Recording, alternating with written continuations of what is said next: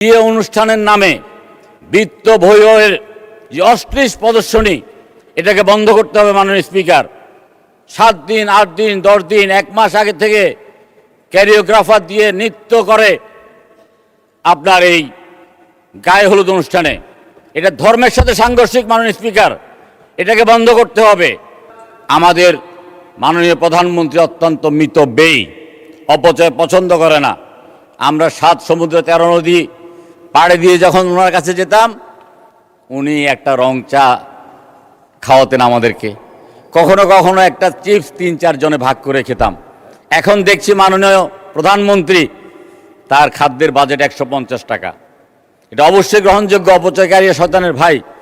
কিন্তু মাননীয় স্পিকার, আমাদের এই বাংলাদেশে বিয়ে অনুষ্ঠানের নামে বিত্ত ভৈরবের যে অশ্লীল প্রদর্শনী, এটাকে বন্ধ করতে হবে মাননীয় স্পিকার।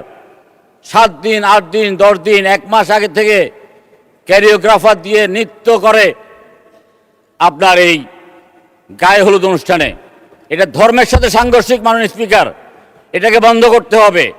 অতীতে যে অতিথি নিয়ন্ত্রণ আইন ছিল, এই আইনটাকে কার্যকর করতে হবে।